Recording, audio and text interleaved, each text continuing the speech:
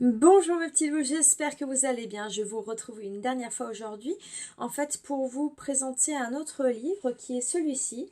Donc c'est Mon cahier de sorcière pour devenir irrésistible et c'est écrit par Moon.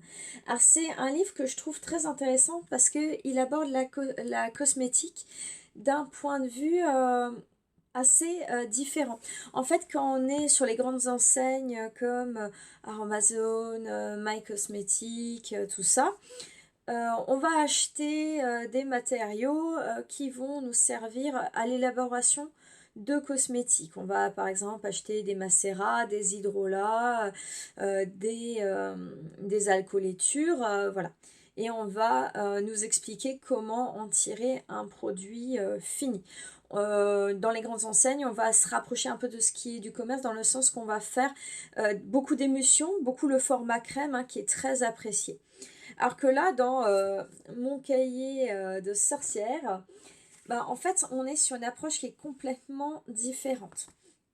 On est sur une approche qui est assez minimaliste et on est sur une approche qui est au contact des plantes. Dans le sens, si vous avez besoin d'un macérat de carottes, en fait, dans ce livre, ils vont vous dire comment tu vas faire ton macérat de carottes, comment tu vas faire ton hydrolat, comment tu vas faire ton alcooléture. Donc, c'est vraiment quelque chose qui n'est pas souvent évoqué.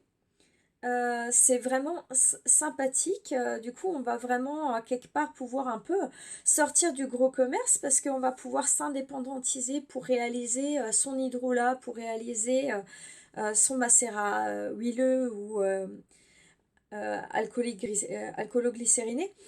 Et du coup, c'est vraiment intéressant. C'est vraiment, on rentre effectivement un peu dans l'univers des sorcières. D'ailleurs, on le voit bien avec le type de présentation du livre. On voit qu'on a une volonté de faire quelque chose qui est assez arty, qui renvoie vers le passé, un peu vers les techniques de grand-mère. Donc, il donne un savoir qui est assez peu exposé dans les livres de cosmétiques, qui vont plutôt vers une cosmétique davantage moderne, parce qu'effectivement, dans ce livre, on va jamais faire de crème. Et ça s'explique facilement parce que, en fait, on va pas aller vers des choses qui nécessitent des conservateurs ou qui nécessitent des ingrédients qu'on peut difficilement faire soi-même, comme par exemple les émulsifiants. Et du coup, forcément, on va aller beaucoup plus vers les huiles, vers les plantes à l'état pur, vers les hydrolats. C'est une autre façon de concevoir la cosmétique, je pense qu'elle plaira pas à tout le monde.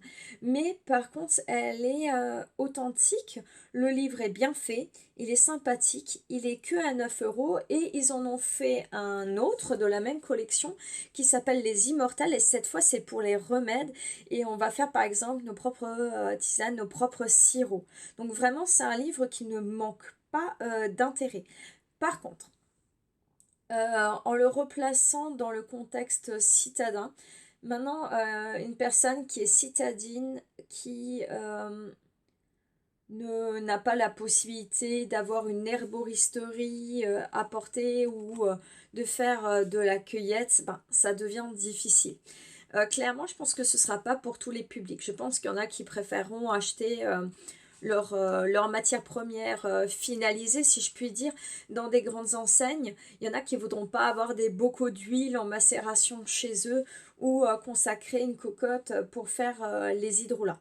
Je sais qu'il y a aussi des gens qui vont tenir aux textures qu'on peut retrouver dans le commerce, comme la crème, le gel. Et ça, c'est des choses qu'on ne retrouvera pas dans ce livre-là, qui vraiment est pour une cosmétique minimaliste très naturelle, très basée sur les matières premières.